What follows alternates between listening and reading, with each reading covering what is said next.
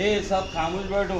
जिंदगी नाम है कांटों के सफर का, लेकिन जिंदगी नाम है कांटों के सफर का, लेकिन राह में फूल खिलाते हैं उस्ताद। सबको तहजीब व तमद्दुन का सबक देते हैं, सबको तहजीब व तमद्दुन का सबक देते हैं।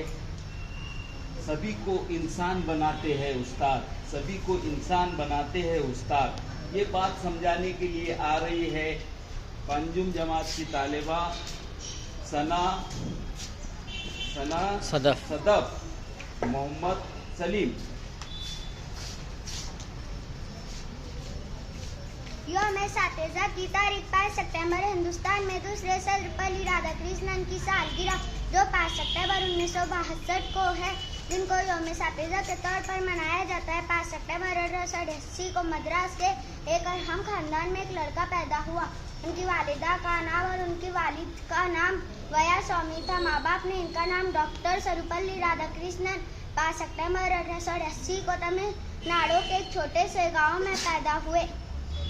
वो एक ब्राह्मण घराने से ताल्लुक रखते थे। उनकी वालिदा थी पुजारी बनाना चाहती थी, मगर अपने बेटे के ज़हनी लियाकत को देखकर आपका दाखिला मजहरी स्कूल में कराया। उन्होंने नंबरात से तालीम हासिल की। जय हिंद, जय भारत। अल्लाह।